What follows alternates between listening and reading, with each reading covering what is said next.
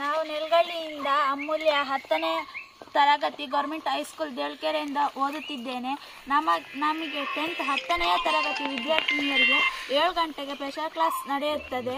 ಸಂಜೆ 6 ಗಂಟೆಗೆ ಬಿಡುವುದರಿಂದ ನಮಗೆ ನಡ್ಕೊ ಬರಲು ತುಂಬ ಕಷ್ಟ ಆಗ್ತದೆ.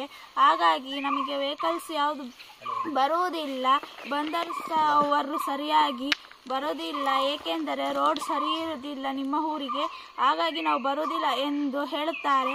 ಹಾಗಾಗಿ ನಮಗೆ ವಿದ್ಯಾಭ್ಯಾಸ ಮಾಡಲು ತುಂಬ ಕಷ್ಟ ಆಗ್ತದೆ. ಮುಂದೆ ಜೀವನವನ್ನು ನಾವು ಹೇಗೆ ನಿರೂಪಿಸುವುದು ಎಂದು ಆಗುತ್ತದೆ. ತಂದೆ ತಾಯಿಯವರು ತುಂಬ ಕಷ್ಟಪಡುತ್ತಾರೆ ನಮಗೆ ಓದಲಿಕ್ಕೆ.